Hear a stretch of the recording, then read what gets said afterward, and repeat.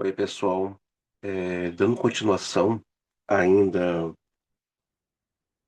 do assunto tendências criminosas em crianças normais, tivemos um problema na semana passada na gravação que o Zoom, finalizando a aula, ele deu um corte, né? Então, estou aqui trazendo para vocês a segunda e última parte, tá?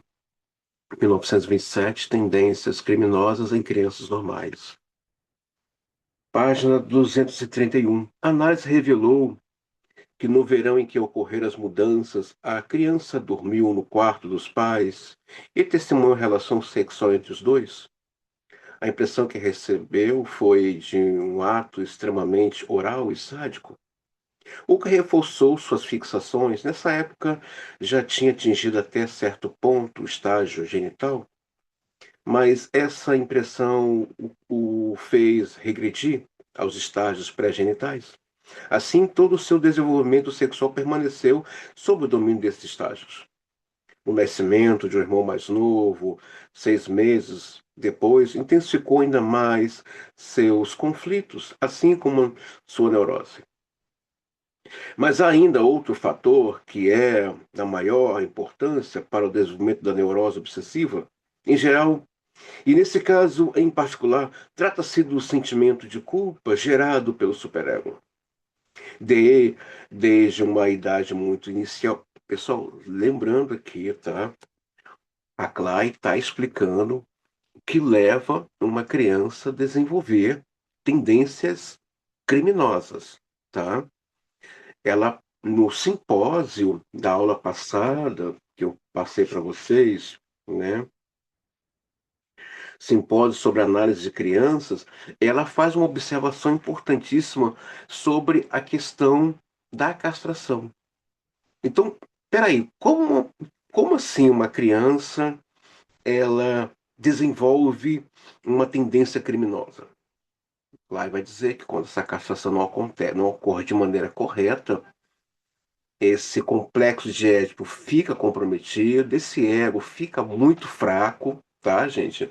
Ao ponto da pessoa eleger, né, superegos externos para ter que pôr limite para o seu superego, ele está em uma função muito primitiva, daí as cobranças punitivas de culpa sobre essa criança é muito sério. Então, como eu falei para vocês, são vários tipos de criminalidade que esse sujeito pode desencadear ou desenvolver ao longo da sua vida, ao ato de tirar a vida de uma pessoa, ou deflagrar uma empresa, ou destruir a vida emocional de alguém. Esse ego fraco que a Clay aqui apresenta também envolve a falta de capacidade de empatia e também de se conscientizar dos seus erros, dos seus crimes. Então, é algo muito sério que nós estamos discutindo aqui, tá, gente? Por favor, eu acredito que cada capítulo faz um link com a aula anterior. Mas desde uma idade muito inicial, Peter possuía um superego tão sádico quanto as suas próprias tendências. A intensidade dessa luta insuportável para o seu ego fraco levou-o a uma repressão muito forte. Há ainda outro fator importante: há crianças que não suportam muita ansiedade ou sentimento de culpa. Esse menino suportava muito pouco. A disputa entre impulsos sádicos e um superego igualmente sádico que o ameaçava com os mesmos atos a título de punição era um fardo terrível. Para ele, no inconsciente funciona o, o preceito bíblico do olho por olho.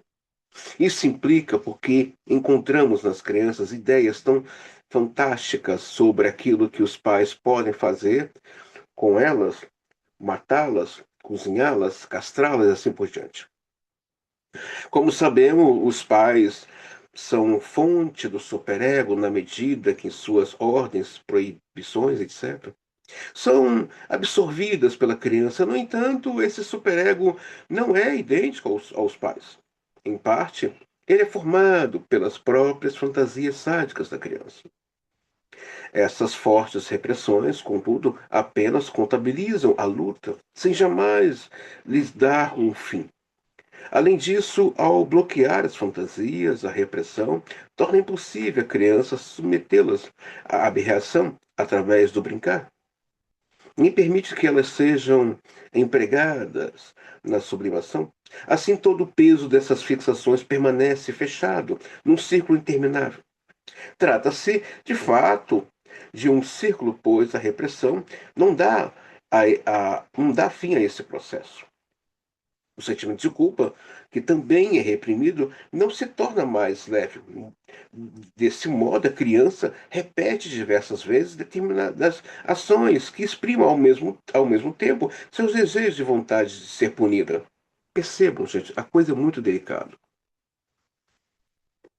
Eu convido você que está assistindo essa aula, você aspirante, você que está fazendo esse curso conosco, a ver além do ato criminal. Não é o crime que torna o sujeito culpado, é a culpa que ele carrega desde cedo por uma falta de castração que vai desencadear as suas práticas criminais. Eu quero convidar você, meu querido aluno, a a ver além do ato perverso. Há um humano ali, há um humano com uma história de uma castração que não deu certo. A clínica promete solução, a clínica tem uma proposta de possibilidade. De possibilidades. A clínica vai atuar em cima do desejo do sujeito. O analista não faz milagres. O analista tem uma escuta, tem um acolhimento pela escuta, mas ele não faz milagres. E esse trabalho é um trabalho a três: o analista, o paciente e o inconsciente dele. Então, a pessoa tem que desejar e reconhecer, como diz o Lacan, que ele tem uma questão ali que tem que ser tratada. Então, essa onda de violência que nós estamos vendo aí, assassinatos de animais, né, um ato cruel, é, violência doméstica com crianças, mulheres, violência de adolescente com adolescente, eu quero convidar você a ver além dessa brutalidade, dessa, desse ato desumano. Há uma vida ali com uma história que não aparece, mas que na clínica ela vai aparecer. André, você está defendendo a monstruosidade? Não estou defendendo, estou convidando você, meu caro aluno, meu caro aspirante, meu caro analista que também faz esse curso, eu estou convidando a vermos além da crueldade. Tem ali um humano com uma vida psíquica interrompida no seu complexo de Édipo, no seu ego e no seu superego que está no estágio primitivo. Embora tenha feito uma pós-graduação, isso algum tempo atrás, em filosofia e direitos humanos, eu sei, tá, em que momento o direito humano se aplica. Mas eu quero dizer para você que a vítima não é a vítima que está em busca de punição é aquele que comete a crueldade, aquele que comete a criminalidade. A pessoa que comete o crime, ele está em busca de punição. É isso que eu quero chamar a atenção de vocês. A pessoa que comete um crime, ele está em busca de punição.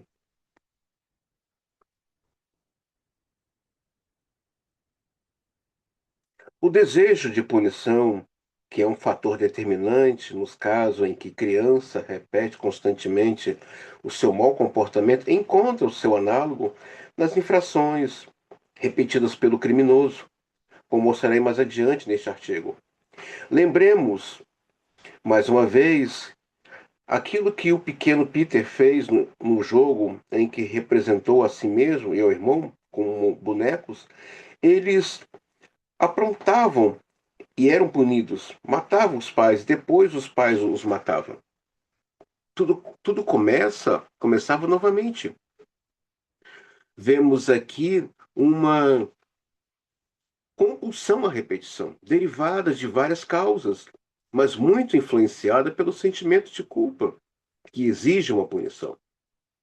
Aqui já podemos perceber algumas diferenças entre a criança normal e a neurótica. A intensidade das fixações, a maneira e a época em que essas fixações se ligam às experiências, a severidade e o tipo de desenvolvimento do superego, que também depende de causas internas e externas. E, finalmente, a capacidade da criança para suportar a ansiedade e o conflito são alguns dos fatores mais importantes que determinam se haverá um desenvolvimento normal ou neurótico. A criança normal, assim como a anormal, usa a repressão para lidar com seus conflitos. Mas como estes são menos intensos, o círculo não é tão forte. Há ainda outros mecanismos que são empregados tanto pelas crianças normais quanto pelas neuróticas.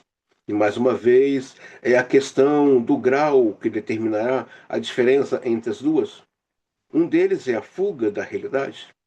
Muito mais do que aparenta na superfície, a criança re ressente os desgostos da realidade e tenta adaptá-las às suas fantasias, ao invés de adaptar. Aqui temos a resposta da questão que coloquei anteriormente, ou seja, a de como é possível que as crianças não dêem grandes mostras externas de sofrimento interno. Vemos que a criança muitas vezes se consola com facilidade depois de chorar amargamente. Às vezes, a vemos se divertir com as coisas mais significantes e concluímos que está feliz. Ela pode fazer isso porque possui um refúgio que é mais ou menos negado ao adulto. Trata-se da fuga da realidade. Aqueles que conhecem a vida do brincar infantil sabem que ela diz respeito apenas aos desejos e à vida de impulsos da criança, que representa e realiza por meio de suas fantasias, da realidade a qual parece estar mais bem ou mal adaptada.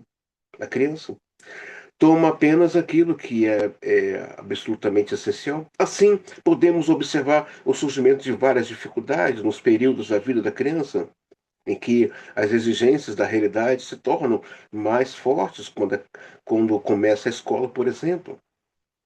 Então, ela busca fugas, como diz a Melanie Klein. Ela vai se refugiar nas brincadeiras. E eu volto de novo a fazer a minha mesma pergunta. Eu não sei se os pais têm demanda para amar os seus filhos. Eu não sei, eu tenho essas dúvidas. Estou colocando aqui para vocês que eu carrego essas dúvidas. Eu não sei. Se não tem demanda para amar essa criança, será que tem demanda para amar esse outro?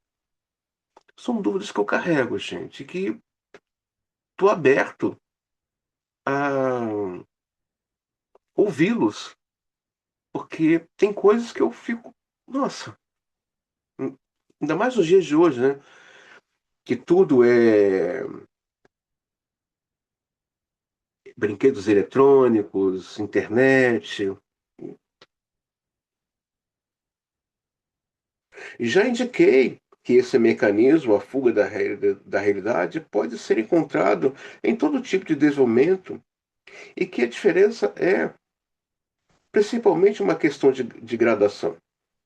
Quando alguns dos fatores que apontei como determinantes no desenvolvimento da neurose obsessiva estão presentes, assim como em outros fatores especiais, podemos observar que essa fuga da realidade se torna dominante, abrindo caminho para uma psicose.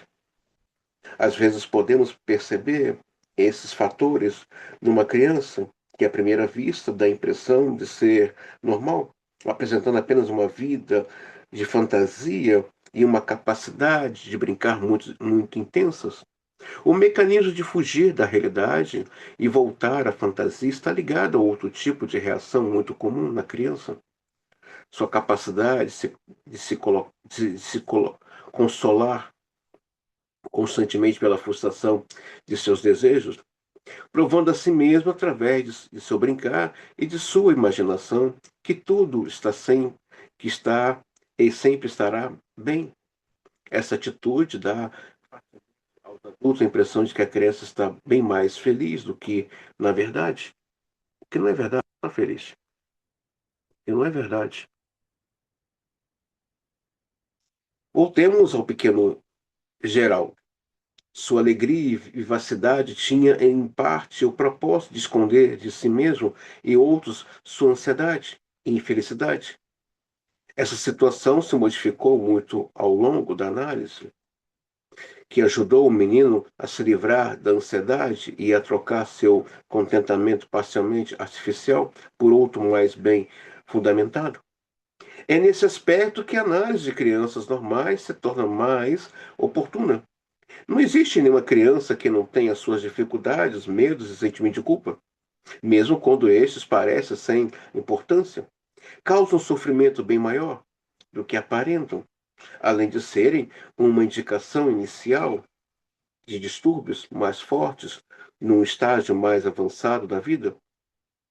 Observei que, no caso Peter, o sentimento de culpa desempenha um papel importante na compulsão de repetir constantemente atos proibidos, apesar de esses atos anunciarem um caráter diferente ao longo do tempo. Podemos encarar como regra o fato de que toda criança mal comportada é influenciada pelo desejo de ser punida. Eu gostaria de citar Nietzsche e lembrar aquilo que ele chama de pálido criminoso. Ele estava bastante familiarizado com o criminoso impelido em seu sentimento de culpa. Aqui chegamos à parte mais complicada do meu artigo. O problema do tipo de desenvolvimento que essas fixações terão de sofrer para criar um criminoso. Essa é uma questão difícil de resolver, pois a psicanálise ainda não estudou muito esse problema específico. Infelizmente, não tem uma grande experiência a que recorrer nesse campo tão importante e interessante. No entanto, certos casos que aproximam do tipo criminoso me deram alguma ideia da maneira como se dá esse desenvolvimento. Citarei, citarei o exemplo que me parece muito revelador. Um menino de 12 anos que ia ser enviado para o reformatório foi trazido a mim para ser analisado. Suas delinquências consistiam em arrombar o armário da escola e uma tendência geral de roubar, mas principalmente quebrar objetos, além de atacar sexualmente as meninas. Não possuía nenhuma relação que não tivesse caráter destrutivo. Suas amizades com outros meninos geralmente também serviam a esse propósito. Não tinha nenhum interesse em, em particular e parceria indiferente. A todo tipo de punição e recompensa. A inteligência dessa criança estava muito abaixo do normal, mas foi isso. Não foi impedido de ir para análise, que estava correndo muito bem e prometia bons resultados. Depois de algumas semanas, me informaram que a criança estava passando por uma mudança favorável. Infelizmente, 2 meses depois de iniciar a análise. Fui obrigado a interromper o tratamento durante um longo período de tempo por motivos pessoais. Nesses 2 meses, o menino deveria ter vindo ao consultório 3 vezes por semana, mas se pude vê-lo 14 vezes, pois sua mãe adotiva fazia o máximo possível para mantê-lo afastado de mim. Mesmo assim, ele não cometeu nenhum ato de delinquência durante essa análise tão conturbada. mas sofreu uma recaída durante o período do intervalo.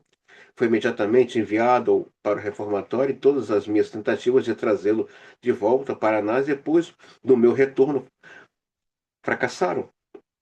Diante dessa situação, não tenho a menor dúvida de que ele se enveredou por uma carreira criminosa. Apresentarei agora um breve resumo das causas desse desenvolvimento do menino. A partir daquilo que pude descobrir durante a análise, ele cresceu nas piores condições possíveis. A irmã mais velha forçou ele e um irmão mais novo a realizar atos sexuais numa idade muito precoce.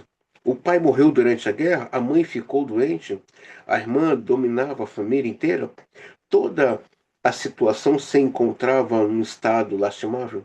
Quando a mãe morreu, o menino foi entregue aos cuidados de diversas mães adotivas e seu estado foi de mal a pior. O elemento fundamental do seu desenvolvimento parecia ser o medo e o ódio da irmã. Ele odiava a irmã, que representava o princípio do mal. Não só por causa dessa relação sexual, mas também porque ela o maltratava. Foi cruel, agonizante e assim por diante. No entanto, estava ligado a ela por uma fixação dominadora que parecia estar calcada apenas no medo e na ansiedade. Mas ainda havia causas mais profundas para sua delinquência. Ao longo de toda a sua infância, o menino dormiu no quarto dos pais e teve uma impressão extremamente sádica de suas relações sexuais. Como indiquei antes, essa experiência reforçou o seu sadismo. O desejo de ter relações sexuais com o pai e a mãe permaneceu sob domínio de suas fixações sádicas. Estava associada à grande ansiedade. A brutalidade da irmã, sob essas circunstâncias, tomava o lugar do pai, violento. Em seu inconsciente, altamente o da irmã, em ambos os casos, ele esperava apenas a castração e punição. E mais uma vez, o castigo correspondia ao seu superego, extremamente sádico e primitivo. Era óbvio que repetia com as pequenas meninas os ataques que ele próprio havia sofrido, mudando a situação apenas no sentido de que agora ele é o agressor. O arrombamento dos armários e o roubo de diversos artigos, assim como suas outras tendências destrutivas, tinham as mesmas causas inconscientes e significados simbólicos de seus ataques sexuais. O menino, sentindo-se esmagado e castrado, tinha que mudar a situação, provando a si mesmo que também podia ser agressor. Um motivo importante para essas tendências destrutivas era provar a si mesmo que ainda era um homem, além de reagir ao ódio pela irmã e outros objetos. Contudo, não deixava de ser um sentimento de culpa que o fazia repetir continuamente atos que seriam punidos por um pai ou uma mãe cruel, ou mesmo ambos. A aparência e indiferença diante do castigo e a aparente ausência do medo eram totalmente enganosas. O menino vivia dominado pelo medo e pelo sentimento de culpa. Resta saber em que ponto seu desenvolvimento diferia do caso da criança neurótica que descrevi antes. Posso oferecer apenas algumas sugestões. É possível que, pela experiência com a irmã, seu superego cruel e primitivo tenha se fixado no estágio de desenvolvimento que tinha atingido na época. No entanto, ele permaneceu ligado a essa experiência e lidava constantemente com ela. Desse modo, o menino não podia deixar de ser mais ansiedade do que o pequeno Peter. Em relação a isso, uma repressão ainda mais poderosa fechou todas as saídas para a fantasia e sublimação, de modo que não restava nenhuma alternativa a não ser repetir o desejo, o medo continuamente dos mesmos atos. Ao contrário da criança neurótica, ele realmente teve a experiência de um superego esmagador que a outra criança tinha desenvolvido, apenas a partir das causas internas. O mesmo aconteceu com seu ódio, que, em consequência de sua experiência real, expressava-se por meio de atos destrutivos. Já observei acima que, nesse caso, e provavelmente em outros casos do mesmo tipo, o bloqueio das fantasias causado por uma repressão inicial muito forte impediu que o menino elaborasse suas fixações de outras maneiras e por outros meios, ou seja, através da sublimação. Também encontramos fixações sádicas e agressivas dos tipos mais variados, participando de sublimações. Gostaria de apontar para um meio pelo, pelo qual boa parte da agressividade e do sadismo pode ser elaborada, inclusive fisicamente. O esporte desse modo é possível realizar ataques contra o objeto do ódio numa forma permitida pela sociedade. Ao mesmo tempo, o esporte serve como supercompensação para a ansiedade, pois prova ao indivíduo que ele não sucumbirá ao agressor. Então, nós estamos vendo aqui Melanie Klein nos trazendo como um lar pode destruir a vida de uma criança. Crianças têm ansiedade. Eu falei nas primeiras aulas que a criança tem um desejo pelo saber, ela quer saber das coisas, mas saber dentro de uma pulsão em busca do conhecimento. Clay pede que sejamos sinceros com a criança, que não venhamos a mentir para ela no seu desenvolvimento. O que ajuda a criança no seu desenvolvimento mental e psíquico é uma boa escuta, acompanhada de afeto. Isso vai ajudá-la psiquicamente, intelectualmente, vai dar um norte para ela. Agora, uma vez que ela não tem uma escuta, uma vez que ela não passa por uma castração, esse superego tirânico esmaga o ego dela de uma maneira acusatória, intimidando de dentro para fora e despertando aí sentimentos de agressividade e ódio. No caso do pequeno criminoso, página 236, é interessante ver qual sublimação ocorreu quando a repressão foi enfraquecida pela NASA. O menino que tinha apenas o interesse destrutivo de quebrar e estragar as coisas passou a demonstrar um novo interesse na construção de elevadores e todo tipo de trabalho de serralheiro. Presume-se que essa teria sido uma boa maneira de sublimar suas tendências agressivas e que a análise poderia tê-lo tornado um bom serralheiro, ao invés de um criminoso, como teria de se esperar agora. Creio que uma das principais causas das diferenças de desenvolvimento entre esse menino e a criança neurótica é a ansiedade mais acentuada, provocada pela experiência traumática com a irmã. Vejo efeitos dessa ansiedade exagerada em várias direções. O medo mais forte causou uma repressão maior, num estágio em que via para a sublimação e ainda não estava aberta, bloqueando qualquer outra saída e eliminando a possibilidade de elaboração. Além disso, o medo exacerbado aumentou a crueldade do superego, fixando-se nesse ponto por meio dessas experiências. Gostaria de apontar um outro efeito desse aumento da ansiedade, mas para explicá-lo terei que fazer uma rápida digressão. Quando falei das diferentes possibilidades de desenvolvimento baseado nos mesmos elementos, mencionei o indivíduo normal, o neurótico obsessivo, o psicótico, e tentei me aproximar do criminoso. Não disse nada a respeito do pervertido. Sabemos que Freud chama a neurose e o negativo da perversão. Hans fez uma colaboração importante para a psicologia das perversões, chegando à conclusão de que não é verdade que o pervertido se permita. Por falta de consciência, aquilo que o neurótico reprime como consequência de suas inibições, ele descobriu que a consciência do pervertido não é menos severa, mas sim, ela simplesmente funciona de outra maneira. Ela permite que algumas das tendências proibidas sejam mantidas, para fugir de outras que o superego considera ainda mais censuráveis. O que ele rejeita são os desejos ligados ao complexo de Édipo e aquilo que parece uma ausência de inibição no pervertido. Na verdade, é o efeito de um superego tão rigoroso quanto qualquer outro, mas que funciona de forma diferente.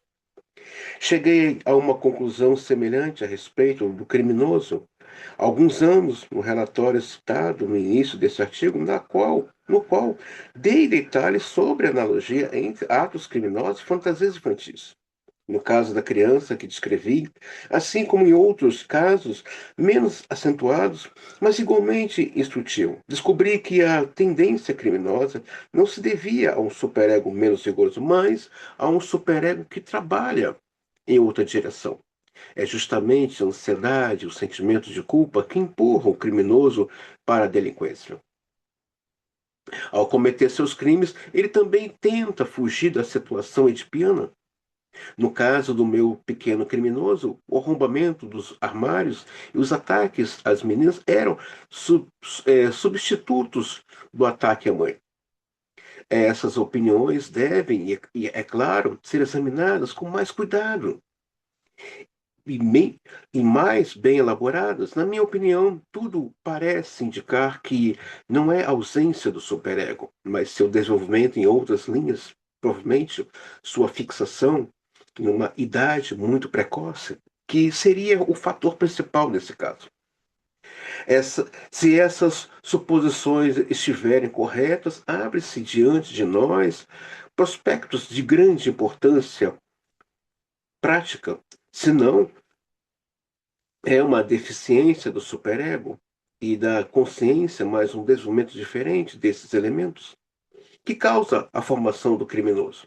A análise deveria ser capaz de modificá-lo, da mesma maneira que se consegue afastar a neurose, assim como no caso das perversões e das psicoses, talvez seja impossível encontrar uma maneira de abordar o criminoso adulto. Contudo, no que diz respeito à análise durante a infância, a situação é bastante diferente. A criança não precisa ter motivos especiais para ser analisada. Bastam medidas técnicas para estabelecer a transferência e manter a análise em andamento. Não acredito na existência de uma criança com a qual seja impossível obter esse tipo de transferência, ou seja, a capacidade de amar não passa a ser trazida à tona. Não possa ser trazida à tona. No caso do meu pequeno criminoso, ele aparentemente não possuía a menor capacidade para amar. Mas a análise mostrou que isso não era verdade. Ele tinha uma boa transferência comigo, boa o suficiente para tornar possível a análise, apesar de não ter motivos para continuá-la. Pois nem a ideia de ser mandado para o reformatório lhe dava uma versão especial. Além disso, a análise mostrou que esse menino, em- embrutecido, tinha um amor sincero e profundo pela mãe. A mãe morreu de câncer em circunstâncias terríveis e no final da doença estava muito definhada. A filha não gostava de chegar perto dela, então ele quem cuidou da mãe. Quando ela morreu, a família começou a ir embora. Não conseguiram encontrá-lo durante algum tempo. Ele tinha se trancado com a mãe morta dentro do quarto. Pode-se objetar que durante a infância as tendências ainda não estão bem definidas, de modo que muitas vezes talvez não sejamos capazes de perceber quando a criança está em vias de se tornar um criminoso. Isso sem dúvida é verdade. Mas é justamente essa afirmação que me leva aos meus comentários finais. Não se pode negar que é difícil saber se as tendências da criança darão um motivo normal, neurótico, psicótico, pervertido ou criminoso, mas justamente porque não sabemos, é preciso tentar descobrir. A psicanálise nos oferece os meios para fazer isso e ainda faz mais, ela não pode calcular o desenvolvimento futuro da criança, mas também pode modificá-lo dirigindo para canais mais adequados. Então encerramos aqui essa aula, Tendências Criminosas em Crianças Normais, 1927.